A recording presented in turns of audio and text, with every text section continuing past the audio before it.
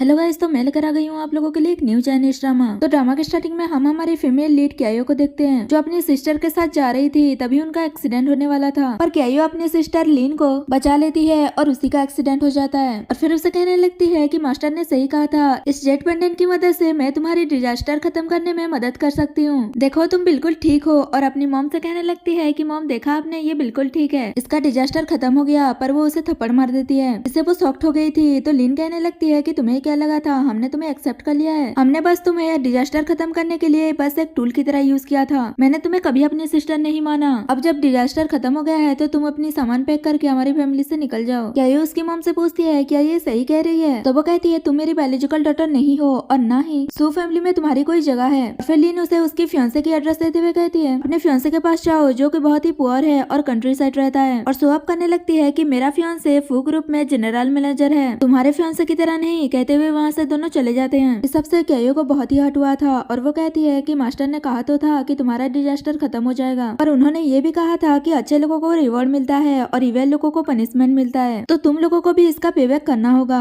और मैं जरूर वापस आऊंगी। और फिर वो अपने सामान लेकर वहाँ से जा रही थी। रास्ते में वो गिर जाती है, तभी वहाँ पर एक महंगी सी गाड़ी आकर रुकती है और उसमें से हमारा मेन लीड फू बाहर निकलता है और क्यायो के पास आकर उसे उठने के लिए हाथ देता है। वो तो उसे देखती रह गई थी और फिर फू बताता है कि मैं तुम्हारा फियांसे हूँ, हमारा मैरिज एग्रीमेंट हुआ था। पर क्यायो इतना महंगी गाड़ी देखकर सोच रही थी कि शायद वो इसे रेंट पर लेकर आया है और कहने लगती है कि तुम्हें मैरिज के लिए इतना सब कुछ खर्चा करने की क्या जरूरत थी। अब तो मैरिज के लिए गिफ्ट्स भी लेना है और बाकी सारे काम भी करना है, इतने सारे लोन हो जाएंगे, मैं तो मरते दम तक नहीं चुका पाऊंगी। तो वो कहता है किसी ने कहा कि मेरे पास पैसे नहीं है। क्यायो शॉक्ड होकर कहती है पर वो लोग तो बता रहे थे कि तुम बहुत ही पुअर हो और किसी सी साइड के आइलैंड में रहते हो। तो वो बताता है कि उस बात को तो 10 साल हो गए हैं और अभी तो हमारे पास बहुत सारे फैक्ट्रीज हैं और उसका वर्थ तो बहुत ज्यादा होगा। रही आइलैंड की बात तो हमारे पास तो 50 से भी ज्यादा आइलैंड है। और फिर बताता है कि ग्रैंडपा ने मुझे यहाँ तुम्हें पिक करने के लिए भेजा है, आज मैं थोड़ा बिजी था इसलिए मैं तुम्हें ऐसे कैजुअली लेने आ गया, तो तुम ऐसे ही चल लो। पर वो तो शॉक्ड हो रही थी कि बस ये कैजुअल है। दूसरी साइड वो दोनों माँ बेटी क्यायो को घर से बाहर निकाल कर बहुत ही खुश हो रही थी। तभी लीन कहती है अब हम स्काई सिटी प्रोजेक्ट के बारे में बात कर सकते हैं। उसकी मॉम कहती है तुमने सही कहा, देखना फू ग्रुप तुम्हें ही वो प्रोजेक्ट देगा और वो प्रोजेक्ट मिलते ही हम बहुत ही वेल्दी हो जाएंगे और हमारे पास कभी पैसों की कमी नहीं होगी। और सोच रहे थे कि क्यायो जहाँ भी होगी बहुत ही हार्ड लाइफ स्पेंड कर रही होगी। पर दूसरी साइड फू क्यायो को अपने बड़े से घर में लेकर जा रहा था। वहाँ जाते ही बहुत सारे सर्वेंट उसे ग्रीट करते हैं और फिर वो उसे कहता है कि आज से तुम मेरी वुमेन हो, फ्यूचर में तुम्हें कोई बुली नहीं कर सकता। उसके बाद वो लोग घर के अंदर जाते हैं, पर क्यायो तो इतने लग्जरियस हाउस को देखकर सरप्राइज हो रही थी और उसे पूछती है क्या ये सच में तुम्हारा है। तो वो बताता है कि हाँ मेरा है और अब से तुम्हारा भी। और फिर उसके नेक पर स्क्रैच देखकर कहने लगता है कि अब से तुम्हें कोई कुछ नहीं कर सकता। पर वो तो ये सोच कर खुश हो रही थी कि वह कंट्री साइड की गर्ल है और उसकी मैरिज इतनी वेल्दी फैमिली में हुई है, कहीं मैं सपना तो नहीं देख रही, कहकर वो खुद को पिंच करके चेक कर रही थी। वो कहता है कल वो उसे ग्रैंडपा से मिलने लेकर जाएगा, कहकर वहाँ से चला जाता है। और फिर क्यायो सोचने लगती है कि मैंने सू फैमिली की डिजास्टर खत्म करने में हेल्प की है, अब उन्हें उस काइंडनेस का रिपे करना होगा, कहकर वो गुस्से में अपना मैजिक यूज करती है। दूसरी साइड हम लू ग्रुप के यंग मास्टर वांगलिंग को देखते हैं, जो किसी को ढूंढ रहा था और अपने असिस्टेंट से पूछता है क्या तुम्हें उसके बारे में पता चला। पर वो कहता है कि हम बहुत जल्द उस गर्ल के बारे में ढूंढ लेंगे। और फिर वो एक जेट पेंडेंट को देखकर कहता है कि तुम कुछ भी करके 1 मंथ के अंदर उसे ढूंढो। और वो लोग जा रहे थे, तभी वो एक बहुत बड़ी लाइटिंग देखते हैं जो शायद क्यायो के मैजिक से निकल रहा था। उसके बाद फू क्यायो को ग्रैंडपा से मिलाने लेकर जाता है और कहता है कि आपने जैसा कहा था मैं इसे लेकर आ गया हूँ। तो बहुत खुश होते हैं और कहते हैं अब तुम दोनों को साथ में ज्यादा टाइम स्पेंड करना चाहिए। और स्पेशली फू से कहते हैं कि अब से तुम्हें अपने टेम्पर को कंट्रोल करना होगा और अपनी वाइफ से अच्छे से ट्रीट करना होगा। तो वो कहता है कि अब चिंता मत कीजिए, हम कल ही जाकर अपना मैरिज सर्टिफिकेट ले लेंगे। ये सुनकर तो वो और भी खुश हो जाते हैं कि अब मुझे फाइनली एक ग्रेट ग्रैंड चाइल्ड मिल ही जाएगा। अगर वो ट्विंस होंगे तो अच्छा होगा, नहीं अगर वो ट्रिपल एक्स या फिर क्वार्टिफाइल होंगे तो ज्यादा अच्छा रहेगा। ये सब सुनकर क्यायो सोच रही थी कि लगता है कि ये कोई पिग फर्म बाय कर रहे हैं। और फिर नेक्स्ट डे वो दोनों अपना मैरिज सर्टिफिकेट ले लेते हैं। तभी वहाँ पर फू की एक चाइल्डहुड फ्रेंड आ जाती है और उसे कहने लगती है कि तुम ऐसे सडनली कैसे मैरिज कर सकते हो। फू कहता है इससे तुम्हारा क्या लेना देना है। तो वो कहती है लेना देना है